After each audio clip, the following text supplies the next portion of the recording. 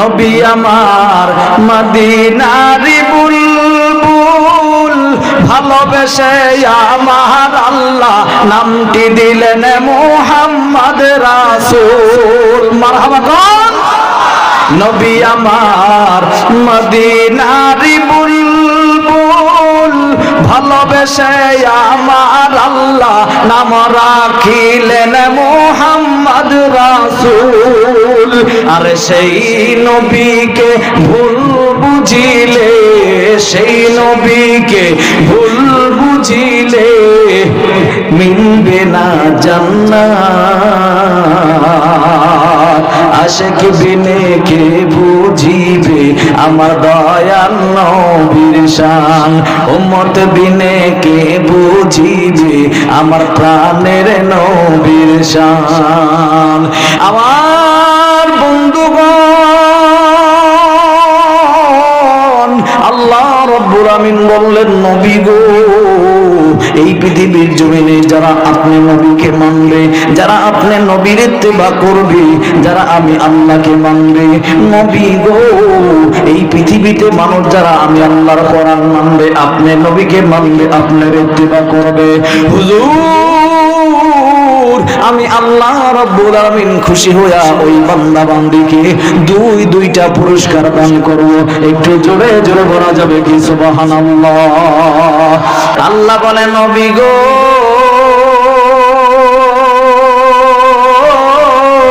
এই দুনিয়ার জমিনে যারা আমি আল্লাহকে পাইতে চায় তাদেরকে আপনি জানা দেন, ওই পৃথিবীর মানুষগুলা যেন আপনি নবীর ফাত্তাবিউনি ইউহিব্বুকুমুল্লাহ, আপনি নবীর ইত্তেবা করে এবং আপনি রাসূলকে ভালোবাসে। এ বন্ধু, ভালোবাসা এক জিনিস, ইত্তেবা করা আর এক জিনিস। কথা কিন্তু খুব ভালো করে বুঝতে হবে।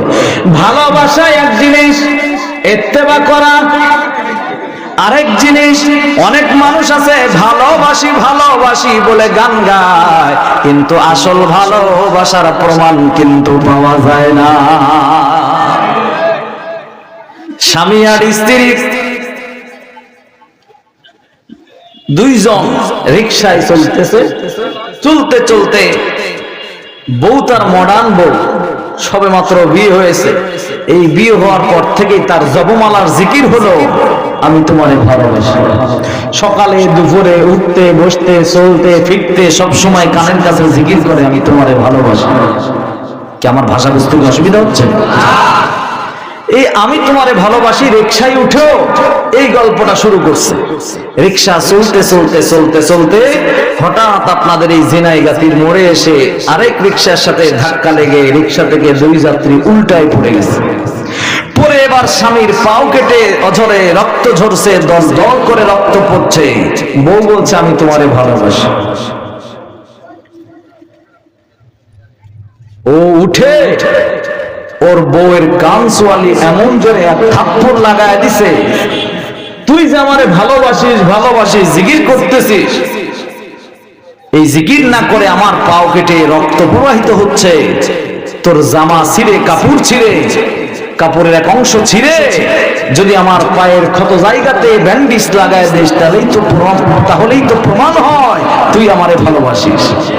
কিন্তু তোর কাছে আমার ভালোবাসার মূল্য তোর এই কাপড়ের মূল্যর সমান হয় নাই। তোর এই কাপড়ের চেয়েও আমার ভালোবাসার মূল্য তোর কাছে কম। কারণ চিন্তা করতেছে, নতুন শাড়ি এটা কি ছেড়বো? কথা কয় না, কথা কয় না ভাই। তাহলে রাসূলুল্লাহর ভক্ত, রাসূলুল্লাহর আশিক যারা, রাসূলুল্লাহর আসল ভক্ত যারা, রাসূলকে কলিজা দিয়ে জীবন দিয়ে সবকিছু দিয়ে তারা রাসূলকে ভালোবাসে। কথা বলেন ঠিক কি না? এছাড়া এক গ্রুপ লোক আছে, এরা শুধু রবিউল আউয়াল মাস আসলে রাসূলুল্লাহর ভক্ত বলে প্রমাণ দেয়। কথা কয় না, কথা কয় না ভাই। 12ই রবিউল আউয়াল যেদিন আসে, এই দিন এই ভক্তদের মিলন মেলা আগে, এই দিন যখন শেষ হয়ে যায়, এই ভক্তদের আর পাওয়া যায় না। আশিক বিনে কে বুঝিবে আমার দয়াল নবীর শান, উম্মত বিনে কে বুঝিবে আমার দয়াল নবীর শান। শান, কথা বলেন ঠিক কিনা? আশেক বিনে কে বুঝিবে আমার দয়াল নবীর শান, বলেন না, আশেক বিনে কে বুঝিবে আমার দয়ার নবীর শান। আমার বন্ধুগণ,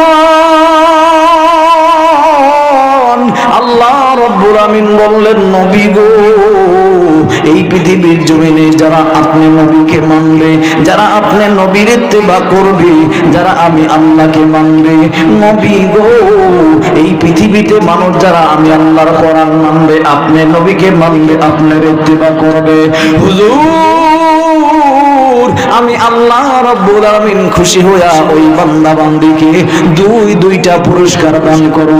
একটু জোরে জোরে বলা যাবে কি সুবহানাল্লাহ? আল্লাহ বলেন, নবীজি तमाम পৃথিবীর মানুষগুলোকে আমার পক্ষ থেকে জানিয়ে দাও, নবীগণ, ইয়া রাসূলুল্লাহ, ইয়া হাবিবাল্লাহ, এক নম্বরে ইলাল মাগফিরাতি, তাদের জীবনের গুনাহ মাফ করব। আর দ্বিতীয় নম্বরে আমি আল্লাহ রাব্বুল আমিন তাদেরকে জান্নাত দিয়ে ধন্য করব। আল্লাহ বলে, আল্লাহু ইয়াদউ ইলাল জান্নাতি ওয়াল মাগফিরাতি বিইذনিহি ওয়া ইউবাইয়িনু আয়াতিহি লিন-নাসি লাআল্লাহুম ইয়াতাযাক্কারুন। একটু দুই হাত তুলে বলেন আল্লাহু আকবার। আল্লাহ রাব্বুল আমিন বলেন, নবী গো, এক নম্বর পুরস্কার ইলাল মাগফিরাতি, তাদের জীবনের গুনাহ মাফ করব। আর দ্বিতীয় নম্বর পুরস্কার আমি আল্লাহ রাব্বুল আমিন তাদেরকে জান্নাত দিয়ে ধন্য করে দেব। ইয়া বন্ধু, এই জায়গায় যারা বসে আছেন বাবাজি, আপনারা বলেন তো, এখানে বসে থাকার উদ্দেশ্য জীবনের গুনাহ মাফ চাই, কথা বলেন ঠিক কিনা? এবার জান, আল্লাহ রাব্বুল আমিন বললেন, নবী গো, আমি আল্লাহ পাক আমার ওই আশেক বান্দাদের, আপনি নবীর যারা ভক্ত, আমার যারা ভক্ত, যারা আমার কোরআন মানবে, আমি তাদের জীবনের গুনাহ মাফ করব। আর দ্বিতীয় নম্বরে আমি আল্লাহ রাব্বুল আমিন তাদের কপালে জান্নাতের সিট নাম্বারটা বরাদ্দ দিয়ে দেব। ভাইজান, এই জায়গায় যারা বসে আছেন, আওয়ামী লীগ, বিএনপি, জামাত, জাতীয় পার্টি, এলডিপি, ভাসানী, কামার, কুমার, জেলে, তাঁতি, মোসারু, ড্রাইভার, হেল্পার, কন্ট্রাক্টর, জজ, ব্যারিস্টার, উকিল, মনি, মুক্তা, যারাই বৈশা রয়েছেন বাবা, আমি সবার উদ্দেশ্যে বলতে চাই, এখানে যারা বসে আছে আমরা সবাই জান্নাত চাই। এই মুহূর্তে ঘোষণা হলো, কে আছেন গো জাহান্নামে যাবেন, 10,000 টাকা দেওয়া হবে। একটু ডান হাত উঁচু করে দেখাবেন, 10,000 টাকা দেওয়া হবে। আপনি জাহান্নামে যাবেন, কে আছেন একটু হাত দেখান। জাহান্নামে যাবেন, জাহান্নামে কে আছেন? জাহান্নামে যাবেন, কথা কয় না, যাবে না। গতকালকে আমি ওই ময়মনসিংহের গোপাটিয়া পাড়া মাহফিলে বলেছিলাম 50,000 টাকা দেব, কে আছেন জাহান্নামে যাবেন? আপনারা আজকের কান্দুলি বাজারের আশেপাশে হ্যান্ড মাইক নিয়ে ঢুকে পড়েন আর চতুর্দিকে মাইকিং করতে থাকেন, কে আছো? 5,000 করে টাকা দেওয়া হবে, জাহান্নামের খাতায় নাম লেখানো লাগবে, জাহান্নামে কে কে যাবে, নগদ 5,000 টাকা দেওয়া হবে। বলেন তো দেখি, এখানে দল মত নির্বিশেষে কোন লোক কি হাত দেখাবে? তার মানে আমরা সবাই তো জান্নাতে যেতে চাই। জান্নাত তো মামা খালুর বাড়ি আপনার নয় বাবাজি। জান্নাত পাওয়ার জন্য জান্নাতের কাম করার দরকার আছে না নাই? জান্নাতের কামটা কি? জান্নাতের কাম হলো আল্লাহ রাব্বুল আমিন বলেন, নবী গো ফাত্তাবিউনি, যারা জান্নাতে যেতে চায় তারা যেন আপনার ইত্তেবা করে, আপনি রাসূলুল্লাহর অনুসরণ করে। এখন রাসূলুল্লাহর ইত্তেবা কি? রাসূলুল্লাহ মাথায় টুপি দিত, আপনি মাথায় টুপি দেন, কথা বলেন। রাসূলুল্লাহ গায়ে লম্বা জামা দিত, আপনি রাসূলুল্লাহ কি ওয়া শুরু হইব না কেন? কি আবার পরিচালক কই? আচ্ছা ঠিক আছে, কইছিলাম না যে বাসর রাতে প্রথম দিনে মায়ের খেয়ালি সারাক্ষণ ভেজাল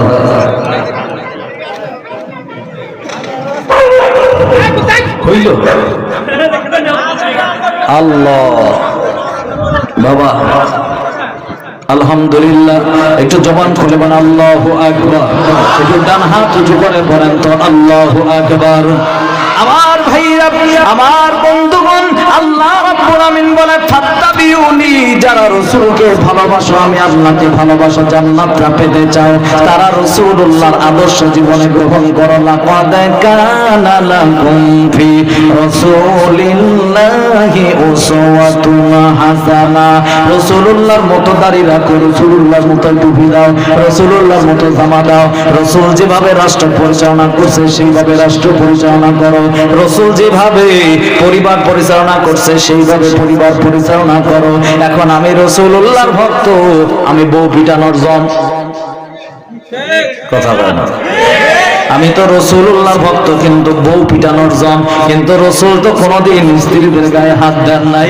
কথা বলেন ঠিক কি না? ইস, মা বোনরা খুশি হয়ে গেছে, না রে এই হুজুর তো আমাদের পক্ষের হুজুর। কি বউ পিটানোর মতো কিছু লোক আছে। এরপরে শ্বশুর বাড়ির যৌতুক খাওয়া কিছু ফকিন্নি আছে না নাই?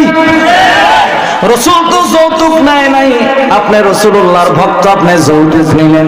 এখনো যৌতুকের নামে রাত 12টার সময় বউকে তুলে তুলে ঘুম থেকে তুলে পিটায়, আর বলে শ্বশুর বাড়ির থেকে মোটরসাইকেল পাওয়া যাবে না, যতদিন তোর কপালে মার ঘুরতেছে ততদিন।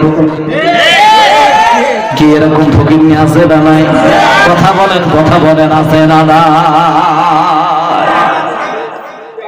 যারা খাইছে বলতেছে আর ওয়াজ পাইলো না হুজুর, আমার বিরুদ্ধে লাগলো। এই কোরআনটা আল্লাহ পাক নাজিল করছে সবার জন্য, কারো পক্ষে আর কারো বিপক্ষে নাই। এই কোরআনে আওয়ামী লীগের বিপক্ষে সব ওয়াজ, বিএনপির বিপক্ষে সব ওয়াজ। আল্লাহ তো সবার এক আল্লাহ। আল্লাহ কয়জন? একটু শাহাদাত আঙ্গুল উঁচু করে দেখান, আল্লাহ কয়জন? আল্লাহ তো একজন। কোরআন শরীফ এই পৃথিবীতে নাজিল করেছে কয়টা? একটা। আল্লাহ একটা কোরআন শরীফ নাজিল করলেন সব দলের মঙ্গলের জন্য, তিবিয়ানাল লিকুল্লি শাই, গোটা বিশ্ব মানবতার মুক্তির জন্য। কিন্তু এই কোরআনের কথা বলতে গেলে আজকে কিছু কিছু জায়গায় আমাদেরকে অবজেকশন দেওয়া হয়, হুজুর দেখে শুনে কথা বলবেন।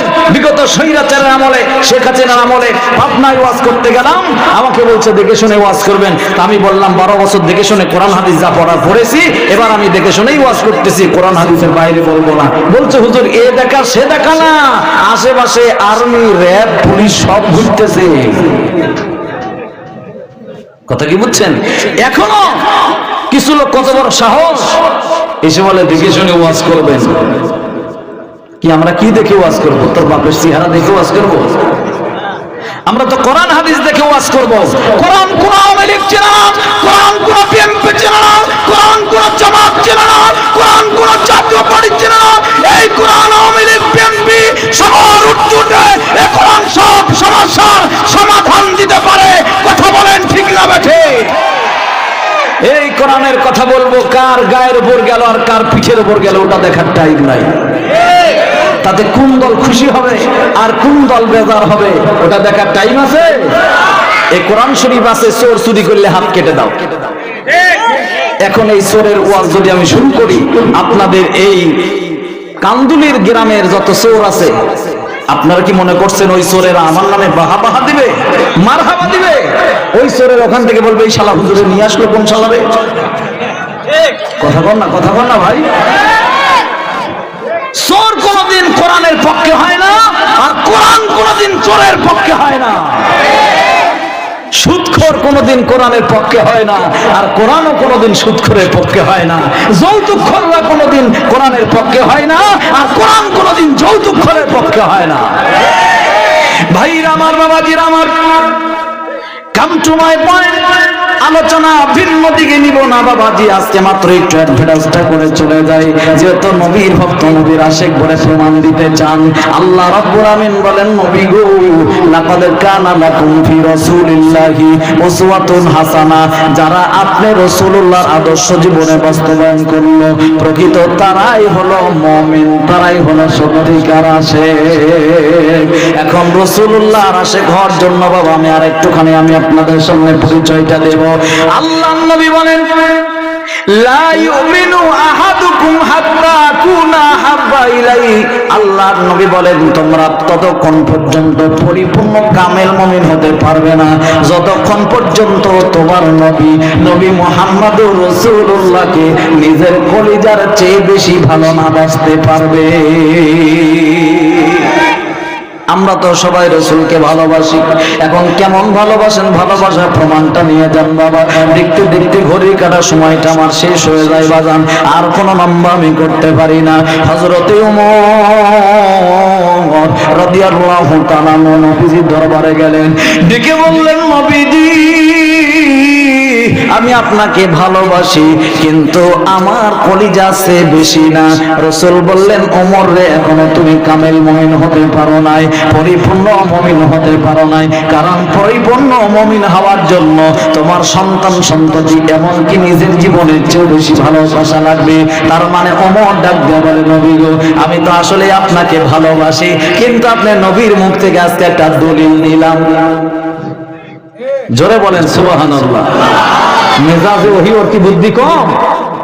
হযরত ওমর বলে আমি দলিল নিলাম হুজুর, আমি সত্যি সত্যি আপনার নবীকে আমার কলিজার চেয়ে বেশি ভালোবাসি। হুজুর আমি আপনার কথার দলিল নিলাম, আগেও আপনি রাসূলকে ভালোবাসি, এখন আপনি রাসূলকে ভালোবাসি।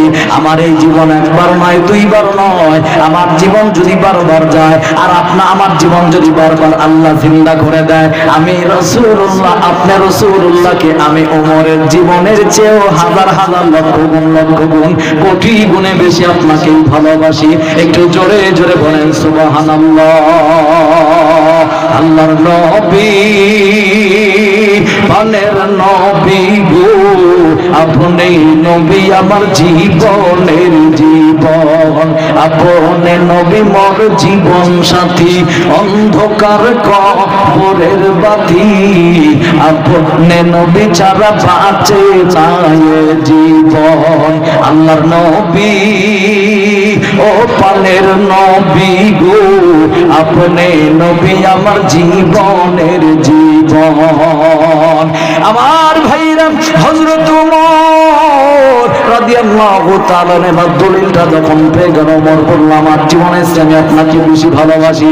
আল্লাহ রাব্বুল আমিন বলেন নবী গো, এই পৃথিবীর মানুষদেরকে জানাবেন ফালা ওয়া রাব্বিকা লা ইউমিনুনা হাত্তা ইউহাক্কিমুকা ফীমা শাজারা বাইনাহুম সুম্মা লা ইয়াজিদু ফি আনফুসিহিম হারাজাম মিম্মা কাদাইতা ওয়া ইউসাল্লিমু তাসলিমা। একটু জোরে বলেন তো আল্লাহু আকবার। কিছু লোক আছে সুবিধাবাদ জিন্দাবাদ, কি আছে না? আছে না? কিছু লোক আছে সুবিধাবাদ জিন্দাবাদ, ঘরের মধ্যে ভালো কাজ তাই তো রাসূলকে মানে, এরপরে আপনার বিয়ে অনুষ্ঠানে রাসূলকে মানে, কিন্তু সংসার ভুবনে রাসূলুল্লাহকে নেতা মানতে চায় না। তার মানে যেই সব জায়গায় ওর সুবিধা হয়, ওর মন মতো হয়, সেই সব জায়গায় মানে, আর যেই জায়গায় দেখে যে না এই জায়গায় রাসূলকে ঢুকালে তাহলে তো আমার নেতাগিরি আর চলে না, সেই জায়গায় রাসূলকে আর নেতা মানতে চায় না। আল্লাহ বলে আমার নবীকে সর্ব অবস্থায় নেতা মানবে যারা প্রকৃত মুমিন, তারা প্রকৃত কামেল মুমিন, তারা আশিক, তারা ভক্ত, তারা। আর রাসূলুল্লাহকে সব জায়গায় মানতে পারবে না যারা, এই টুপি দাড়ি যতই থাক না কেন কামেল মুমিন হবে না তারা। আরে চেহারাটা দেখতে ভালো, পোশাকটাও চমৎকার, অন্তরে তার কালি ভরা, কাজটা করে খোদাকার। দরবেশ বাবা কি বাবা? কথা কেন? দরবেশ বাবা কি বাবা? এই যে বিশাল বড় বড় দাড়ি, আওয়ামী লীগের যে দরবেশ বাবা ধরা খাইলো, এই দরবেশ বাবার দাড়ি দেখে মনে হয় একটা আশিকের রাসূল, গায়ে পাঞ্জাবি দেখে মনে হয় আশিকের রাসূল, কিন্তু দেখা গেল অবশেষে কথা কর না ভাই। চেহারাটা দেখতে ভালো, পোশাকটা চমৎকার, অন্তরে তার কালি ভরা, কাজটা করে খোদাকার। এই মানুষের ভিড়ে আজি, এই মানুষের ভিড়ে আজি আসল মানুষ নাই রে নাই। চলো এবার মানুষ দেখতে জাদু ঘরে যাই সবাই, চলো এবার মানুষ দেখতে জাদু ঘরে যাই সবাই। হাইরে সাদের দুনিয়ায় মানুষ পাওয়া বড় দায়, মানুষ দেখতে চলো এবার জাদু ঘরে যাই সবাই। রাস্তা ঘাটে যাই না চলা এই মানুষের ভিড়ে, নিজের কথা বাদ দিয়ে শুধু লোকের গীবত করে। ও তোমরা তাকেও যদি মানুষ বলো, ও তোমরা তাকেও যদি মানুষ বলো, আমার বলার কিছু নাই। চলো এবার মানুষ দেখতে জাদু ঘরে যাই সবাই।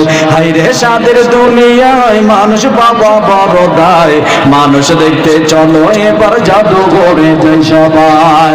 মানুষের মতো চামড়া আছে ঠিকই, কিন্তু প্রকৃত মানুষ আমরা হতে পারি নাই। ইন্নাল্লাযীনা ফাতানুল মুমিনিন ইন্নাল্লাযীনা আমানু ওয়া আমিলুস সালিহাত। আল্লাহ রাব্বুল আমিন বলে ঈমান আনো আর আমলে সলে করো। কিন্তু এক শ্রেণীর মানুষ আছে বাবা, গায়ে চামড়া আছে ঠিকই, গায়ে চামড়া আছে ঠিকই, কিন্তু মানুষের কোন আচরণ তার ভিতরে নাই। কথা না আছে না নাই? মানুষের চামড়া থাকলেই মানুষ হয় না, মানুষের মতো আচরণ থাকা লাগে। যাজ্ঞা আলোচনাটা ভিন্ন দিকে নেব না বাজান রে, আমার আর কথা বলবেন না, আমার দিকে তাকান। দেখতে দেখতে যত সময় আমার শেষ হয়ে যায়, তাহলে বলছিলাম রাসূলুল্লাহর ভক্ত আমরা সবাই হতে চাই, রাসূলুল্লাহকে ভালোবাসতে চাই। রাসূল বলছেন জীবনের চেয়ে বেশি ভালোবাসা লাগবে। একজন সাহাবীর কথা আমি আপনাদের সামনে উপস্থাপন করব। নবীর সাহাবী যেই কালেমা পড়েছে লা ইলাহা ইল্লাল্লাহ নবী মুহাম্মদুর রাসূলুল্লাহ, আমি আপনার তো সেই কালেমাই পড়ছি লা ইলাহা ইল্লাল্লাহ। কথা বলেন ঠিক কি না? তাহলে ওই সাহাবীদের ঈমান এত মজবুত, আমাদের ঈমান কেন এত দুর্বল? ওই একজন সাহাবীর কথা বলবো। নবীর একজন সাহাবীর নাম হলো তালহা রাদিয়াল্লাহু তাআলা আনহু। এই তালহা রাদিয়াল্লাহু তাআলা আনহু সাহাবী রাসূলুল্লাহকে আমার কেমন ভালোবাসতেন, এই উদাহরণটা দিয়ে আজকের ওয়াজটা আমি শেষ করবো বাজান। খুব মনোযোগ দিবেন। নবীর সাহাবী তালহা রাদিয়াল্লাহু তাআলা আনহু আমার রাসূলকে কেমন ভালোবাসতেন আপনি জানেননি। একদিন মেহমান আসলো, মেহমান আসার পর নবী বললেন এই সব মেহমানকে তোমরা নিয়ে যাও। সব মেহমান বিদায় হয়ে গেল, একজন মেহমান থাকলো। তালহা বলে নবী গো, এই মেহমানটাকে আমি বাড়িতে নিয়ে যাব। অথচ রাসূলুল্লাহর সাহাবী তালহার বাড়িতে তেমন কোনো খাবার নাই। এই মেহমানকে নিয়ে বাড়িতে যাবার পর বিবি ডাক দিয়ে বলে স্বামী গো, মেহমানদের আপ্যায়ন করেন রাসূলুল্লাহর সুন্নাত, আপনি তো মেহমান নিয়ে আসলেন কিন্তু বাড়িতে তো তেমন কোনো খাবার নাই। ডাক দিয়ে বলে বিবি রে, অসুবিধা নাই, আমাদের দুইজনের খাবার আজকে মেহমানরা খাওয়ায়া দিব।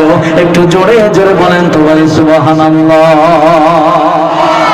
স্বামী যেমন বউ তেমন, দুইজন মিলে বুদ্ধি করে রাসূলুল্লাহর ভক্ত দেখেন কারে কয়, রাসূলুল্লাহর ভালোবাসা পাওয়ার জন্য এই মেহমানকে খাওয়াবে।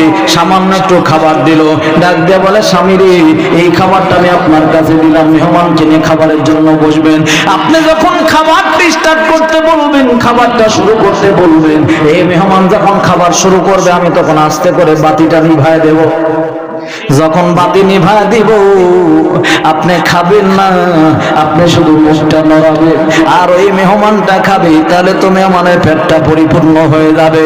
হঠাৎ কারেন্ট চলে গেল, বাতি বন্ধ হয়ে গেল, খাবারটা মেহমান খায়। বলে ভাই আপনি কি খান? না বলেন আমি খাচ্ছি, অসুবিধা নাই খান। এই বলে মেহমানটা খাবার খায়। এই মেহমানদারি দেখে আমার আল্লাহ রাব্বুল আলামিন এত খুশি হয়ে গেছে। আমার আল্লাহ ডাক দিয়ে বলে নবী গো, আজকে তালহা যে আমলটা করলো, আল্লাহর আমল দেখে আমি আল্লাহ রাব্বুল আলামিন তালহার উপরে খুশি হয়ে গেলাম। আর আমাদের বাড়িতে শ্বশুর বাড়ি থেকে যদি কোনো মেহমান আসে, তাহলে কিছু কিছু শাশুড়ি আছে, শ্বশুর আছে, ছেলের শ্বশুর বাড়ির কোন মেহমান আসুক এটা পছন্দ করে না। কি উচিত কথা বললাম তো? ছেলের শ্বশুর বাড়ির কোন আত্মীয় স্বজন এই বাড়িতে আসুক পছন্দই করে না, এরকম লোক আছে না নাই? মেহমান আসে আপনার রিজিক খাওয়ার জন্য নয়, যার যার রিজিক কিন্তু শেষে খায়। কথা বলেন ঠিক কিনা? মেহমান আসছে ওই দিন, মেহমানের রিজিক আপনি যদি কৃপণতা করেন, আমার আল্লাহ রাব্বুল আমিন আপনার সম্পদ কিন্তু ছিনায় নিতে পারবে। বলেন তো ক্ষমতা আমার আল্লাহর আছে না নাই?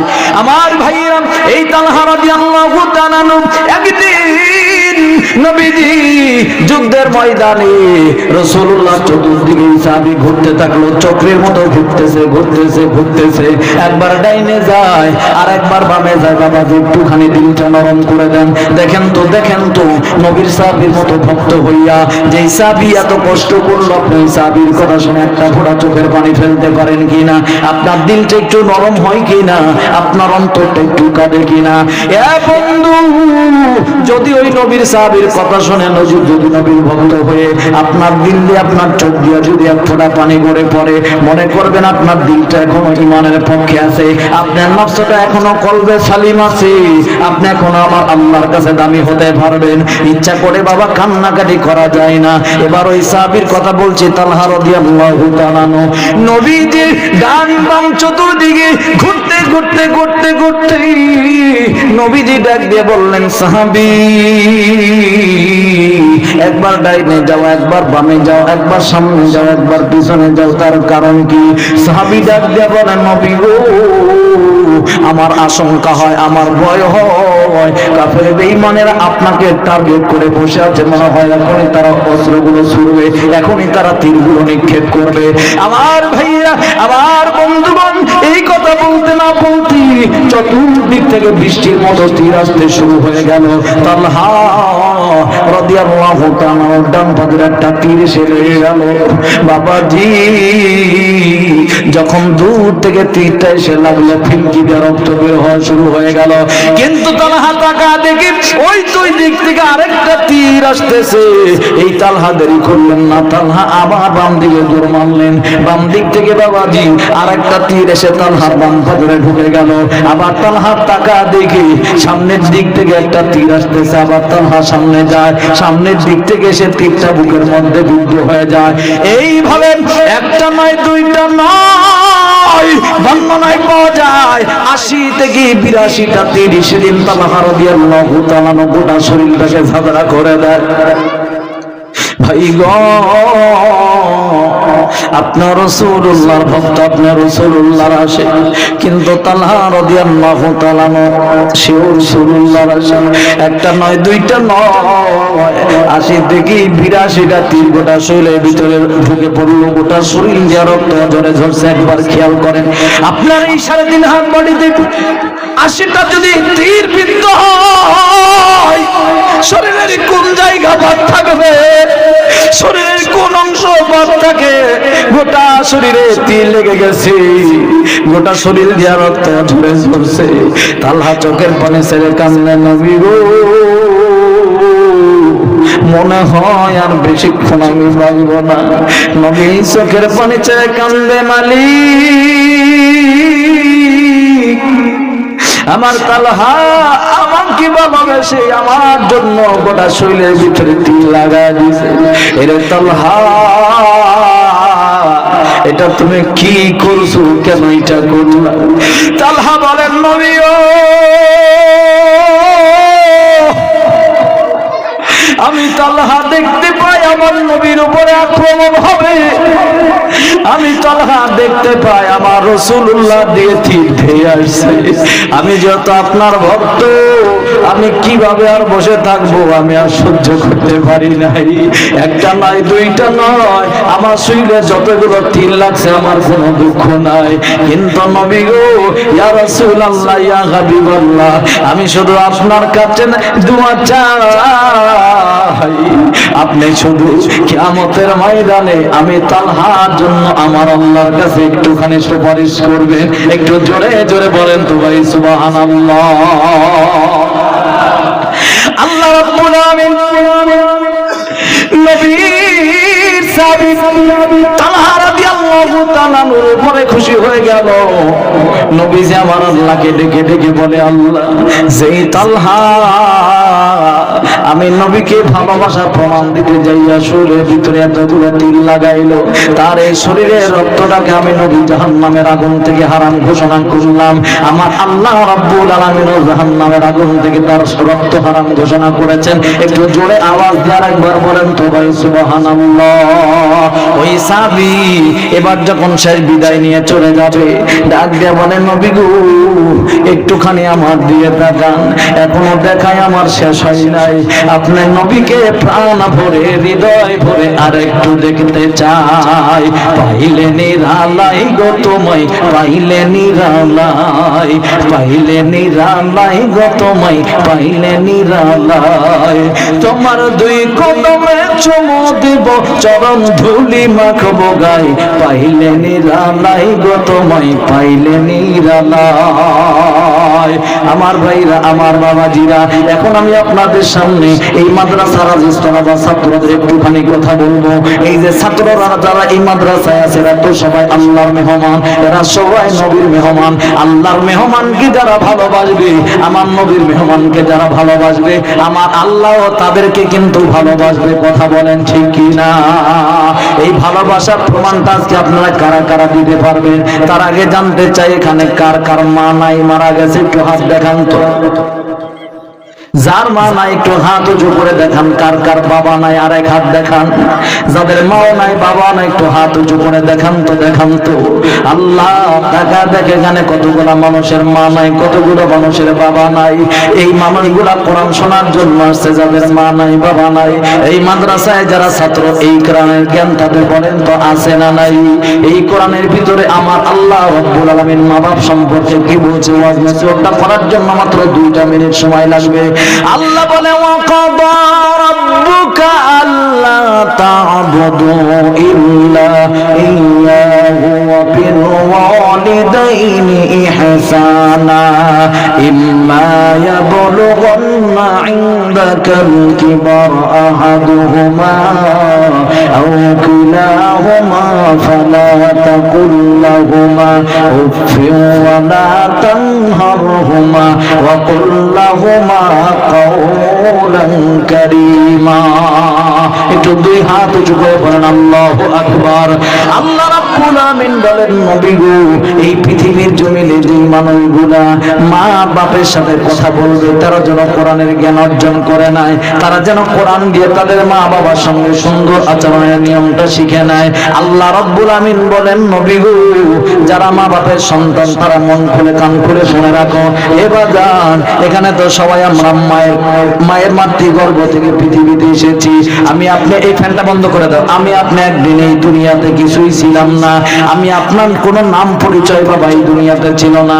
আমি আপনি মায়ের মাতৃগর্ভে ঢোকার আগে বাবার পিতৃরসের ভিতরে মাত্র 1 ফোঁটা নাপাক পানি ছিলাম।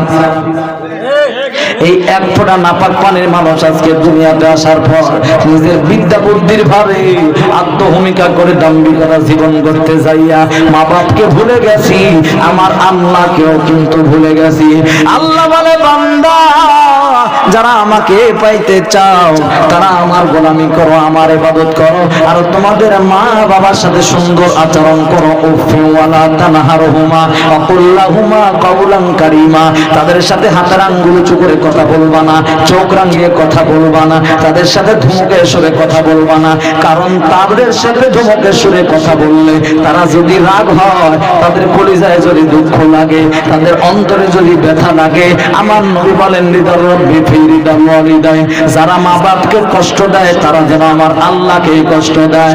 আর যারা মা বাপকে সন্তুষ্ট করে, তারা যেন আমার আল্লাহকে সন্তুষ্ট করে তাদের কপালে জান্নাতের সিট নাম্বারটা বরাদ্দ নেয়। আর যারা মা বাপকে সন্তুষ্ট করতে পারে না, তারা তো তাদের কপালে জান্নাতটাও নিতে পারে না। মা বাবার কথা মতো যে জন চলে না, আল্লাহ নবীজির দয়া তারা পাবি না। বলেন আল্লাহ নবীজির দয়া তারা পাবে না। ওরে মা বাবা অতি আপন, মা বাবার করো যতন, মা বাবা অতি আপন, মা বাবার করো যতন।